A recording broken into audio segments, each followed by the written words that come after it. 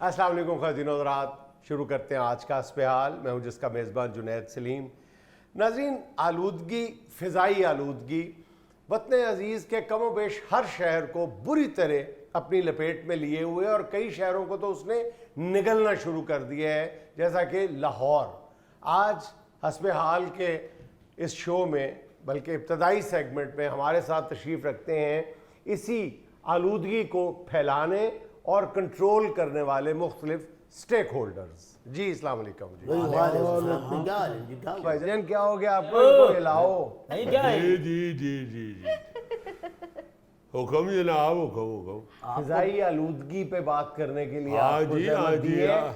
जिसको फैलाने में आप सब जो है, आप चारों हजरात जो है बराबर के मुजरिम है इस हवाले से। और आपको अंदाज़ा नहीं है कि आप किस कदर खौफनाक खेल खेल रहे हैं। और किसी शायर ने कहा था ना, ज़मीर मुर्दा की ये जो चिमनी धुआं धुआं सा उगल रही है, किसे बताऊं कि मेरे शहरों के बचपने को निगल रही है। आप सनतकार हैं और सबसे बड़ा हिस्सा आपका है। अब मैंने आपका वो प्रोग्राम भी सुना था जिसमें आपने बताया कि लाहौर दुनिया का आलूदा तरीन शहर बन गया। देखे, हम लोग इस पे खुद बड़े शर्मिंदा और फिक्रमंद हैं। आपको ये कहना चाहिए कि हम अपने किए पे शर्मिंदा और पशेमान हैं। नहीं नहीं, देखे, जो बात मानने वाली है वो मानेंगे बिल्कुल। जो बात इल्जाम के जुमरे में आएगी उसको आप हमारा जुर्म न बनाएं, वो इल्जाम ही होता है। सच्ची गाल। देखे, फैक्ट्री जो है ना जी, वो तो गैस के कनेक्शन पे चलती है। हमने तो गैस का कनेक्शन लगाया हुआ है। हाँ, अलबत्ता किसी वक्त किसी मौसम में अगर किसी वक्त ये गैस की लोड शेडिंग होती है तो उस वक्त हमको कोयला शोयला इस्तेमाल कर लेते हैं। वो भी कौम की खिदमत के लिए और कौम के फ़ायदे के लिए, मुल्क के फ़ायदे के लिए। इंडस्ट्री जितनी चलती है उसमें मुल्क और कौम का ही फायदा होता है। चट्टा साहब, आपकी जो फैक्ट्रियां दिन रात धुआं उगल रही हैं, चाहे वो गैस से चलती हैं, चाहे वो तेल पे चलती हैं, चाहे वो लकड़ी पे चलती हैं, वो धुआं जो है वही फिजाई आलूदगी फैला रहा है। दुनिया भर में धुएं को कंट्रोल करने के लिए आलात मौजूद है, मशीनरीज मौजूद है, इक्विपमेंट मौजूद है। वो आप लोग इसलिए नहीं इस्तेमाल करते कि उन पे पैसा खर्च करना पड़ता है। और बात तो आपकी ठीक है। देखो, यहाँ पे जितना सिस्टम अवेल है हमें, जो हमें मिलता है, जो मशीनरी हमें मिलती है आलूदगी खत्म करने के लिए, वो आपके सामने ही है। आपको भी पता है। देखे, जो चीज कौम के लिए, मुल्क के लिए फायदे वाली होती है ना, गवर्नमेंट उसी पे कस्टम डबल ट्रिपल कर देती है। ये जो सोलर एनर्जी है, ये पूरी दुनिया पे बड़ी तेजी से फैल रही है। मगर यहाँ पे सोलर एनर्जी के हवाले से जो चीजें हैं, वो उस पे कस्टम ड्यूटियां और ये वो टैक्स टूक्स इतना लग गया है कि वो जो सोलर एनर्जी वाली अपना खासियत हर मुल्क के अंदर है, पाई जाती है, हमारे मुल्क में वो पनप ही नहीं रही। चट्टा साहब, आप वो सारा कुछ अगर ड्यूटीज हैं, टैक्सेस हैं, वो अपनी मशीनरी पे देने के लिए तैयार है, लेकिन जो माहौलियात को कंट्रोल करने के लिए, बेहतर बनाने के लिए मशीनरी दरकार है, उस पर आप एक पाई खर्चने के लिए तैयार नहीं। वो जान दियो टोटियो, गल ये है कि बात ये है कि देखो, जो चीज़ें आपके इस्तेमाल में आए और उसमें सारे मुल्क का फ़ायदा हो, आपके मौसम का, आपकी माहौलियात का फ़ायदा हो, मैं समझता हूँ उस पर तो सब्सिडी देनी चाहिए गवर्नमेंट को। बस करें यार, बस करें। और ये आपके साथ बैठे हैं, ये दूसरे नंबर के बड़े मुजरिम हैं, ये जिम्मेदार हैं और मेरा ख्याल है सैकड़ों मुरब्बे इनकी ज़मीन है, करोड़ों रुपए की इनकी आमदन है। और गैर जिम्मेदार इतने हैं कि हर फसल के बाद जो टांडों को, जो बाकी बची हुई फसल है, उसको ये आग लगाते हैं। मुझे बाहर मिले नहीं, मेयर साहब बता रहे थे कि मैं जिम्मेदार हूँ। मैंने कहा मेयर साहब, बात ये है कि आपकी फैलाई हुई आलूदगी भी हमारे कंधों पे डाल दी जाती है। सही फसलों की बाकियात या टांडे में शापर च पैक करके मैं क्या लोगों के बूहे ते टंगा या अपने कंधे ते रखा। इनको तलब करें, ठीक तरीके से तलब करें। इससे पहले करते थे आप लोग। अब जैसे ही मौसम आता है, हर फसल के खात्मे के बाद आप आग लगा देते हैं। सही का हल भी है, क्या है, क्या करूं? हल जो है ना इन लोगों के पास मौजूद है। और ये लोग जो ये महकमे माहौलियात के इंतहाई सीनियर ऑफिसर हैं जो अच्छा, खामोशी से तमाशा देख रहे हैं। अला अला अला। हाँ, तमाशाई बने बैठे पहले हैं। जुगते कर लें या बात कर लें। नहीं, मैं अच्छा ये है अफसर है। जी जी अफसर है। अच्छा जब माशाल्लाह नहीं मैं देखो गाले वे अपना की ना बातें ये सब करते हैं, बातें सब करते हैं। ये एक बात नहीं मानते किसी ऑफिसर की, गवर्नमेंट की। मुझे तो रोना आता है कि लाहौर जो मशहूर है कि जिन्हें लाहौर नहीं देखा और जमे ही नहीं, अब लाहौर में इतनी स्मोग है कि लोग कैसे आएंगे और लोग मर रहे हैं। आप तो कह देते हैं कि हम इंडस्ट्री लगा ली है। ओ भाई भाई भाई भाई भाई आपका काम रोना नहीं है, रोना तो आपको ये भी नहीं देता।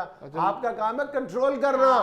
तो कंट्रोल ये मानते नहीं बात, क्या करें? आप मनवाएं बात, इनको जुर्माने करें, इनको मैं तो अंदर लाहौर करें। के लिए रोया हूं कि लाहौर का क्या हाल कर दिया। दुनिया में एक नंबर है आलूदा शहर। ओ भाई आप इनके खिलाफ कार्रवाई करें। वो कहना ये चाह रहे हैं कि ये तो हमने बताया है अपने प्रोग्राम में और उसी पे हम ये वाला प्रोग्राम कर रहे हैं कि आलूदा तरीन शहर हो गया, मगर इसको आलूदगी से बचाना आपके महकमे का फर्ज है। मेरी बात सुने, मेरी बात सुने, आप बड़े सोबर आदमी हैं। देखिए जब आप 100 बातें कर रहे हैं कि ऐसे हो गया ऐसे हो गया, जब आप लगा रहे थे इंडस्ट्री तब आपको पता नहीं था कि ये क्या होगा, ये धुआं कहाँ जाएगा? मेरी फैक्ट्री में आप आके देखें, अगर जुनैद साहब आपको कहीं भी ये नजर आए कि मेरी मशीनरी के साथ आलूदगी फैल रही है, तो जो चोर दी सजा वो मेरी सजा। आपको वो ये कहना चाह रहे हैं कि आपने कंट्रोल नहीं की, आप आलूदगी कंट्रोल करें, आप मंथली कंट्रोल कर रहे हैं। हजूर मुझे न बताएं, मैं इंडस्ट्रियलिस्ट हूं, मैं इसी चक्कर में हूं, मैं इसी सर्कल का हिस्सा हूं। आप ये जो जिम्मेदार हैं दूर दराज बैठे हुए, ये आपके सामने वो फरमा रहे हैं, वो साफी हैं, उनकी एक अपनी भी रिसर्च है, उनकी अपनी भी एक नॉलेज है उनका।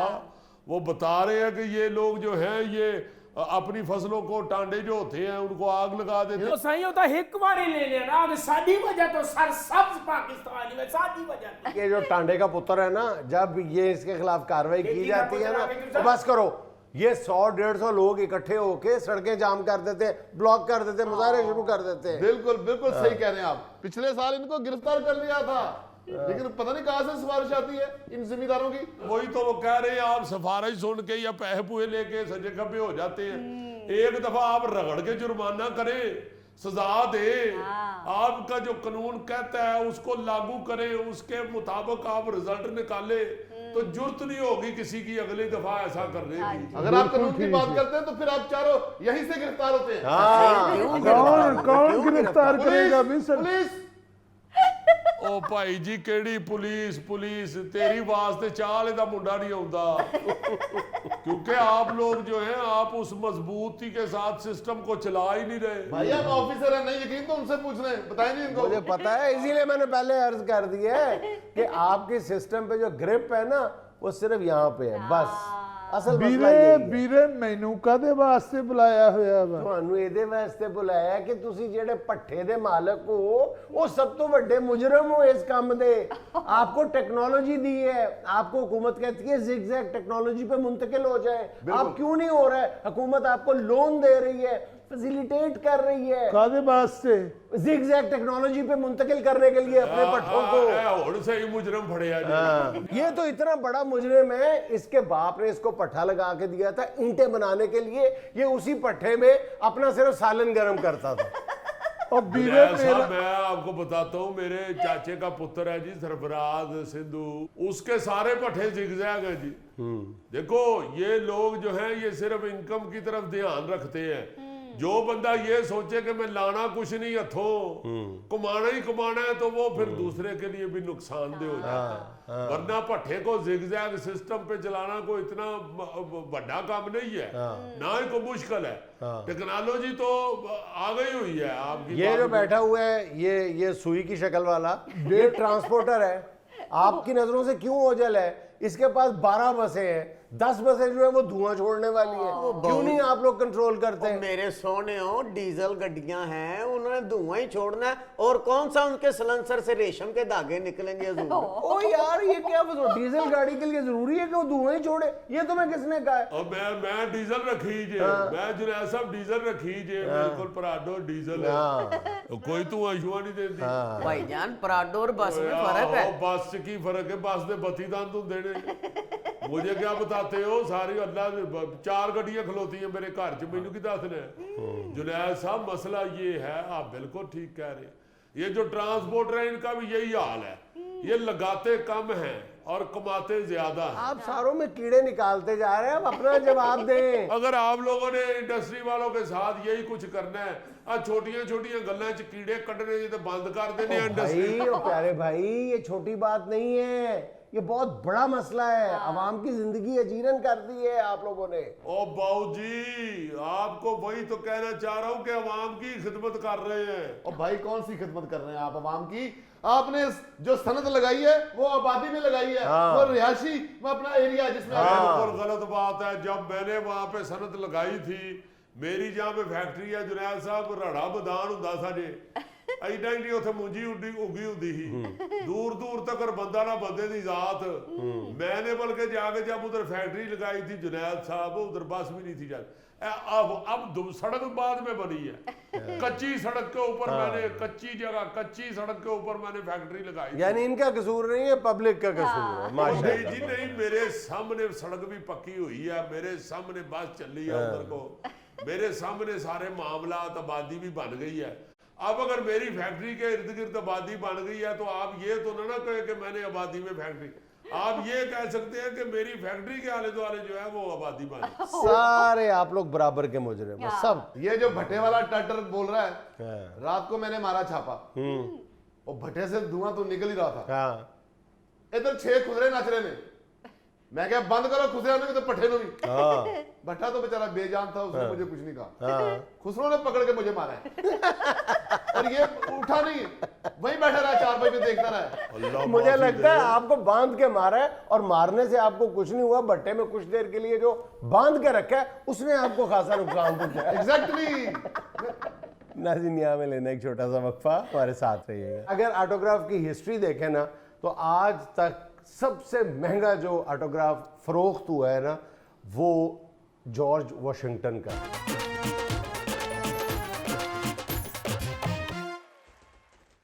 भाईजान, आपने सोशल मीडिया पे वो क्लिप तो देख ही लिया होगा कि जो ये कतर में जो वर्ल्ड फुटबॉल कप हो रहा है, इसमें मेसी ने एक शर्ट पे दस्तखत किए, अपने किसी फ़ैन बच्चे को दी, और उसने फ़ौरन ही वो फ़रोख्त के लिए पेश कर दी शर्ट, और वो चंद मिनटों के अंदर $6000 में फ़रोख्त हो गई वो शर्ट। वाह। और फिर इसके मेसी के बारे में सुनने में आता है कि वो बड़ी फराख दिली के साथ इस मकसद के लिए वो शर्ट पे दस्तखत कर देता है। उसको पता होता है कि ये जो मेरे दस्तखत है, ये दस्तखत शुदा जो शर्ट है या फ़लाँ चीज़ है, वो बड़े महंगे दामों बिकती है। तो वो कहता है कि चलो इस बहाने इनकी मदद ही हो जाए। वो रफ़ाही और फलाही तंजीमों के लिए भी फ़ुटबॉल पे या शर्ट पे वो अपने ऑटोग्राफ दे देता है बड़ी फयाजी के साथ, और 3-3, 4-4 लाख डॉलर में उसकी वो चीज़ जो है बिक जाती है। गुड। और चंद दिन पहले मैं देख रहा था, ये एक बच्चे ने बाबर आजम और रिजवान दोनों के ऑटोग्राफ लिए थे, एक रिजवान के इस बाजू पे और उसके बाबर के इस बाजू पे। और बाद में उस बच्चे ने सोशल मीडिया पे ये ऐड दिया था कि मैंने ना मिटने वाले मार्कर से ये अपने ऑटोग्राफ लिए हैं, तो अगर कोई मेरे बाजू ख़रीदना चाहता है तो ज़रूर ख़रीद ले, मुझे पैसों की ज़रूरत है। तो इससे वो एक बड़ा अजीब सा एक माहौल पैदा हुआ, बच्चे के साथ हमदर्दी पैदा हुई। और एक बच्चे ने गालबन बाबर आजम का उसने वो ऑटोग्राफ लिए थे बैट पे, और वो बैट उसने कहा जी मैं 4 लाख रुपए से कम में नहीं बेचूंगा, और 4 लाख रुपए में उस बच्चे ने फिर बेचा वो बैट, उसका बिक गया था 4 लाख रुपए में। वाह जी वाह। नहीं जी, बड़े बड़े प्यार करने वाले हैं। मैंने एक दफा अपनी बनियान उतार के बेचने के लिए लगाई, तो उन्होंने कहा कि भाई जी तो आके पाया करो। ये नसीब की बात है ना, गोगे ने अपनी बनियान बेची थी, उन्होंने 18 तंबू बनाए उसके शानदार किस्म के। अरे वाह, शुक्र है शुक्र है। तो सिग्नेचर भी तो बताएं, आप ही के थे। अच्छा, इसमें मैं समझता हूँ कि ये जो है ना जी, जो स्टार होता है उससे ज्यादा खरीदने वाले का जज्बा है जी हाँ, कि वो उसको भी ये पता होता है। ठीक है, चलो ये बात भी बड़ी अच्छी है, फैन इस तरह की भी मोहब्बत करते हैं कि भाई मैंने मेरे पास बाबर आजम की या अपना मैराडोना रिजवान की की या फलां या की। मिसबाउल हक की सिग्नेचर वाली शर्ट है। हाँ जी। साथ जो लोग अक्सर जो बहुत बड़े रेटों पे इन चीज़ों को खरीदते हैं वो मदद के लिए ही खरीदते हैं। वाह वाह। बिल्कुल। बहुत से लोगों ने ये जो है शौकत खानम का फंड रेजिंग जब होती थी अपना शुरू में जब इमरान खान साहब भी उसमें हिस्सा लिया करते थे, जी हाँ जी। तो मुझे याद है कि इनके दस्तखतों के बैट और ये वो जो है वो उधर लोग इस कदर पैसों से खरीदते थे। जिस इतने बैट से ज्यादा मियाँदाद पैसों ने चेतन शर्मा को छक्का मारा था, वो बैट जो है बड़े महंगे दामों फरोख्त हुआ था। और दो तरह की सेलिब्रिटीज़ हैं, एक तो वो है जो जिनको पता होता है कि ये बंदा जो है ये मेरे ऑटोग्राफ जो है ये बेच देगा, और वो कहते हैं कि चलो इसकी मदद हो जाएगी, फिर भी वो साइन कर देते हैं। और बाज़ लोग जो हैं वो इस बात को पसंद नहीं करते। अमेरिका की अगर आप तारीख उठा के देखें ना, तो जॉन एफ कैनेडी जो है ना, वो बहुत ऑटोग्राफ देने के शौकीन थे, जॉन एफ कैनेडी।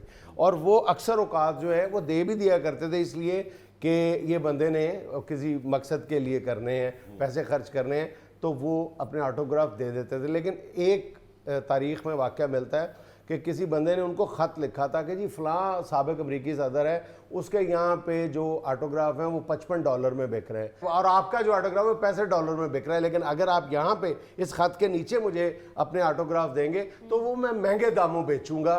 तो मकसद भी कोई नहीं लिखा था, तो जॉन एफ कैनेडी ने इनकार कर दिया था। उन्होंने कहा था मैं अपने ऑटोग्राफ की कीमत इस अंदाज में नहीं बढ़ाना चाहता, मैं इसको साइन नहीं करूंगा। उन्होंने इनकार कर दिया था। उन्होंने कहा था कि मेरे ऑटोग्राफ की तौहीन है कि मैं इसको बाजार का माल बना दूं, तिजारत का माल बना दूं। वही ना जी, अच्छे मकसद के लिए मैंने ये जो शौकत खानम वाली बात शुरू की थी, सुनाई थी, उसमें सुनाना ये चाह रहा था कि एक दफा मोइन अख्तर साहब कंपेयरिंग कर रहे थे, अल्लाह ताला उनको जन्नतुल फिरदौस में जगह दे, तो इमरान खान के दस्तखत वाले बैट कितने का कोई लेगा। एक बंदे ने को कहा कि $10,000, किसी ने कहा $15,000, आखिर में वो मेरा ख्याल है को $18,000 पे वो एक बंदे ने बेचा। मोइन साहब ने क्या किया, मोइन साहब कहते हैं जो 15,000 और 10,000 वाला था ना, उसको कहते हैं कि आप भी दे पैसे। हाँ भाई आपने तो हस्पताल के जज्बे में ये लगाए थे ना पैसे, बैठ के जज्बे में तो नहीं, हस्पताल को फंड देने के जज्बे में लगाए थे। आप भी दें, आपने बस जो मुंह से निकाल दिया, आपने समझे आपके आपने दे दिए, तीनों बंदों से पैसे निकलवा लिए। अच्छा, अगर ऑटोग्राफ की हिस्ट्री देखें ना, तो आज तक सबसे महंगा जो ऑटोग्राफ फरोख्त हुआ है ना, वो जॉर्ज वाशिंगटन का। अच्छा, पहले अमेरिकी सदर। उन्होंने जो अमेरिका का जो आइन बना था, जो दस्तूर बना था, जो कवानीन बने थे शुरू के, उसमें उन्होंने नीचे साइन किए थे और उन्होंने एक उसकी कॉपी अपने पास रख ली थी। बाद अज़ां वो कॉपी जो है वो एक फलाही रफ़ाई इदारे बल्कि ख़वातीन के हकूक़ के लिए काम करने वाली जो तंजीम थी उसको बेचा गया। उसने फिर दोबारा बेचा। उस वक्त उसकी कीमत जो है वो $98 लाख का वो ऑटोग्राफ फरोख्त हुआ था। $98 लाख। ज़हन में रहे कि वक्त कौन सा था, ये 70-90s की बात कर रहा हूँ मैं। हाँ जी बाऊ जी, उदों अंग्रेज ते 50,000 विच बच्ची दी शादी कर लेंदे। अच्छा, जो शोरा आफाक फुटबॉलर पेले था ना, पेले के बारे में कहा जाता है कि ब्राज़ील में एक बार उसके दस्तखत शुदा ऑटोग्राफ वाले जो 100 फुटबॉल फरोख्त किए गए थे, $7 लाख में वो बिके थे 100 फुटबॉल। और 6 माह बाद जाके पता चला कि पहले ने तो दस्तखत किए ही नहीं थे, वो जाली सिग्नेचर थे।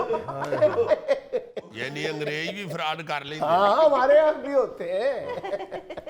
अच्छा, सियालकोट की एक फुटबॉल कंपनी ने अभी साइन किया है एग्रीमेंट, जो मुख्तलिफ प्लेयर्स के साथ किया है, उनके दस्तखत से वो बैट बेच रहे हैं, और वो बैट जो है वो आम बैट की निस्बत 4 गुना उसकी कीमत ज़्यादा है। वाह वाह वाह। अच्छा, बरसबील तज़किरा आपको बताऊं कि मेरी ज़िंदगी में जो मेरा पहला ऑटोग्राफ, मेरे पास भी ऑटोग्राफ बुक थी और मैं बहुत छोटा था, तो उस पर जो पहला मैंने ऑटोग्राफ लिया था वो मौलाना सैयद अबुल आला मदूदी मरहूम का था। तो उन्होंने बहुत प्यार के साथ, मेरे वालिद साहब उनके पास लेके गए, तो उन्होंने पहले उनको कहा कि जी किसी किताबचे पे साइन कर दे, तो उन्होंने किताबचा देख के कहा कि ये मेरा लिखा हुआ किताबचा नहीं है, मैं इस पे साइन नहीं कर सकता, पर साहब मेरा लिखा हुआ किताबचा या किताब लेके आए, मैं उस पर कर देता हूँ। तो फिर वालिद साहब को शौक़ था मेरे वजह से, मेरी ज़िद थी, तो उन्होंने वो बाहर गए, इचरा में जब होता था तो वो बाहर से ऑटोग्राफ बुक ही ले आए थे मौलाना की कोई किताब की बजाय। तो वो उस ऑटोग्राफ बुक पे पहला जो ऑटोग्राफ था वो मौलाना का था, वो सिर्फ अबू अलाला लिखते थे, सिर्फ उन्होंने छोटा सा अबू अलाला लिखा। अच्छा, वैसे अब ये ऑटोग्राफ वाला जो है ना जी सिलसिला, ये काफी हद तक खत्म हो गया जब से ये मोबाइल फोन में सेल्फिया कैमरा आने के अच्छा, बाद। आपका एक और बात, तो ये भी जो लोग बेचते हैं ना, जिन लोगों ने बेचना होता है ना, वो इस बात को पसंद नहीं करते कि जो सेलिब्रिटी है वो मेरे नाम के साथ ऑटोग्राफ दे, क्योंकि उन्होंने तो बेचना होता है ना। लेकिन अगर किसी ने रखना होता है फिर उनकी ख्वाहिश होती है कि जी मुझे मुखातिब भी करें इसमें और अपने ऑटोग्राफ में, और उसके साथ कोई मैसेज भी लिखें। नाज़रीन, यहाँ में लेना एक छोटा सा वक्फा, हमारे साथ रहिएगा। आप यकदम जो है वो शेख रशीद साहब पे क्यों बरस पड़े हैं? आपने तो बाकायदा तीरों की बरसात कर दी है उस बंदे पे, और ये कह दिया आपने कि जनाब वो सियासत छोड़ के अब अल्लाह अल्लाह करें। जो आना आदमी है वो। ऐसे तो ना कीजिए, वो तो पंजाब के कायम अली शाह है। जाना ऐसे ना कीजिए, ऐसे ना कीजिए।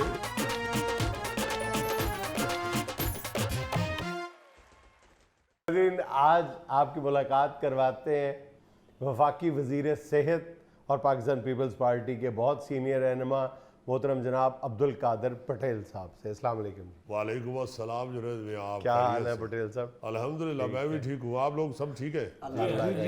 माशाल्लाह, टेलीविजन के ऊपर आपको देखते रहते हैं, मगर यहाँ आने का चांस एक आध दफ़ा ही हुआ है। मेरा ख्याल है आप लोग ज़्यादातर आप नून लीग के लोगों को ही बुलाते हैं। नहीं नहीं, ऐसी कोई बात नहीं है।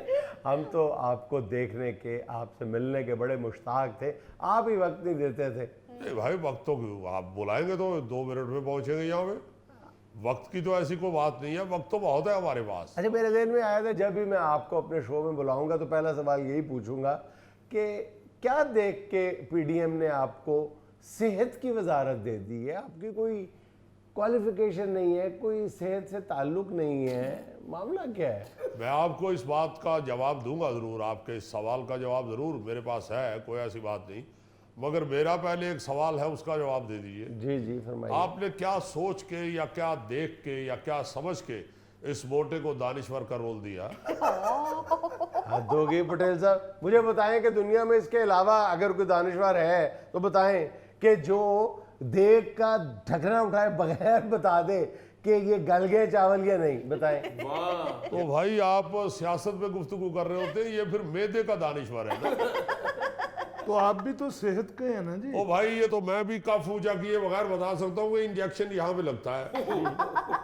अल्लाह के फजल से जुनैद साहब, मेडिकल के साथ तो मेरी इतनी शनासाई है कि वो जो आपका अजीजी है, उसको मैंने कहा था कि जुनैद सलीम को कहना कि भाई तुम्हारा तो महंगे अस्पताल की नर्स जैसा मुंह है। वाह वाह। बस यही कुछ कर सकते हैं आप लोग। बात ये है जुनैद साहब कि वजीर सेहत के लिए डॉक्टर होना जरूरी नहीं होता। आप देखिए, वजीर सेहत ने कौन सा गुर्दे का ऑपरेशन करना होता है, या वजीर सेहत ने कौन सा एंजियोप्लास्टी या एंजियोग्राफी करनी होती है। वजीर सेहत जो होता है उसने सेहत के सारे सिस्टम को चलाना होता है। जी जी, एडमिनिस्ट्रेशन है उसका काम। उसने अस्पताल चलाने होते हैं, उसने डॉक्टरों की देखभाल करनी होती है, उसने मेडिसिन को देखना होता है। कोई महंगी दवाई तो नहीं बेच रहा। पटेल साहब, हम आपकी कदर करते हैं क्योंकि आप बड़ा दमंग बोलते हैं, असेंबली में भी बोलते हैं। बहुत शुक्रिया आपका। सियासी आदमी है, लेकिन वो जो कुत्ते काटने की वो वैक्सीन है वो तो बनाए सिंध में, वो लोग उधर मर रहे हैं, कुत्ते काट रहे हैं। भाई जब भी सिंध का जिक्र होता है आपको कुत्ता काटना जरूर याद आ जाता है। ओहो कादर साहब, मुझे इसलिए ये वाकया याद आता है कि थरपारकर में मेरे खालाजाद भाई को कुत्ते ने काटा था और वो मर गया। ओहो, ये तो वाकई अफसोस वाली बात है, लेकिन देखिए हम हर चीज पे कंट्रोल कर रहे हैं। अल्लाह के फजल से आपको पहले से बहुत बेहतरी नजर आई। पूरे वाला कहाँ बेहतरी नजर आ रही है? पेन किलर के जो 3-4 मशहूर ब्रांड्स हैं उनकी कीमतें आसमानों को छू रही हैं। पता है आपको? कुछ तो मिल ही नहीं रही। हाँ, और वैक्सीन नहीं मिल रही, इन्फ्लुएंजा की वैक्सीन नहीं मिल रही, दीगर वैक्सीन जो है वो बुरी तरह से शॉर्ट हुई हैं। देखिए, आप बात तो बिल्कुल ठीक कर रहे हैं। ऐसी बहुत सी ऐसी चीजें हैं जिन पे गौर करने की जरूरत है और आहिस्ता आहिस्ता दुरुस्त हो रहा है। हाँ, वो गौर हमने करना है। नहीं नहीं, मैं ही कर रहा हूँ। मैं कब कह रहा हूँ अब ये किस लिए ऐनक लटकाए फिर रहा हूँ? ये गौर करने के लिए ही है। मैं आपसे तो नहीं कह रहा कि आप गौर करें, मैं ही करूंगा इंशाल्लाह गौर। अच्छा हजूर वाला, ये बताएं कि आप यकदम जो है वो शेख रशीद साहब पे क्यों बरस पड़े हैं? आपने तो बकायदा तीरों की बरसात कर दी है उस बंदे पे। और ये कह दिया आपने कि जनाब वो सियासत छोड़ के अब अल्लाह अल्लाह करें, जवान आदमी है वो। ऐसे तो ना कीजिए, वो तो पंजाब के कायम अली शाह है। जाने। ऐसे ना कीजिए, ऐसे ना कीजिए। देखिए देखिए, आप अगर पुराने लोगों से पूछिए, आप तो माशाल्लाह जवान आदमी हैं, आप पुराने लोगों से पूछिए, मेरा ख्याल है कि उन्होंने कायम अली शाह साहब से पहले शेख रशीद को देखा होगा सियासत में। और अगर कायम अली शाह साहब एक साइड भी हो गए हैं तो इन्हें भी एक साइड भी हो जाना चाहिए। और अल्लाह अल्लाह करने की उम्र है, को गलत मशवरा तो दिया नहीं भाई मैंने। नहीं बहुत अच्छा। अल्लाह अल्लाह उनको करना चाहिए और उनको कोई, मेरा ख्याल है कि तावीज़ धागा शुरू कर लेना चाहिए। जैसी उनकी तबीयत है, जिस तरह का वो अंदाज है उनका गुफ्तगू का, मेरा ख्याल है कि अगर वो तावीज़ धागा करना शुरू कर दें तो खवातीन उनके काफ़ी, मेरा ख्याल है, बातों में आ सकती है। खवातीन जो है ना, उनको इस तरह की उल्टी सीधी बातें बताएं तो वो कहती हैं कि पीर बहुत बड़ा है भाई। तो पीर बनने का उनको शौक है, सियासत का पीर न बने, समाजी पीर बन जाए, उनको कोई इतना जोर भी नहीं लगाना पड़ेगा। बस यहाँ से अपनी विग को खेड़ ले तो मलंग लगना शुरू हो जाएंगे।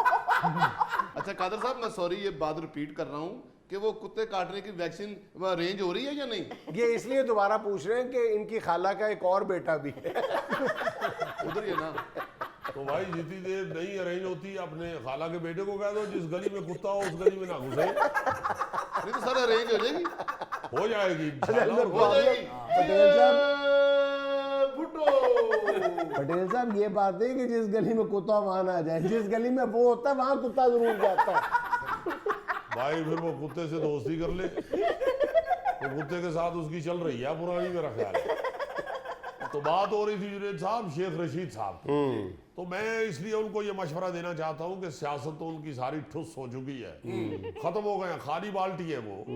अभी वो आप देखिए, बिलावल साहब जैसे कालावर लीडर के ऊपर तनकीद करके उनके ऊपर फिक्रे कस के तो अपना कद बढ़ाने की कोशिश कर रहे होते हैं, अपनी सियासत चमकाने की कोशिश कर रहे होते हैं। तो मेरा ख्याल है कि इस तरह के फोके फायर करने की बजाय अगर वो सियासत छोड़ दे और मशवरा फिर वही दूंगा, मलंग बन जाए।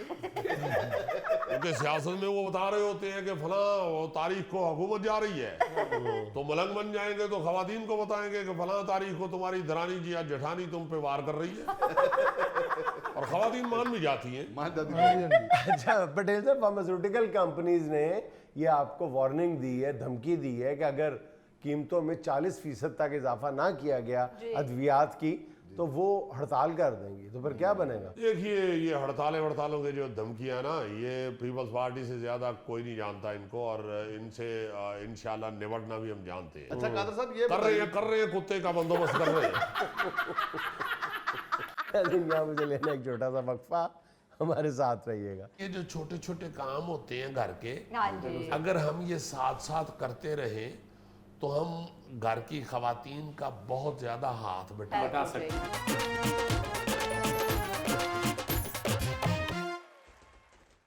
लो जी, आज काफी अरसे के बाद कुछ बद तहजीबियां मेरे मद्दे नजर हुई हैं। मैं चाह रहा हूं कि मैं उनको पेश करूं, हाँ। या याद दहानी के लिए एक दफा बताऊं।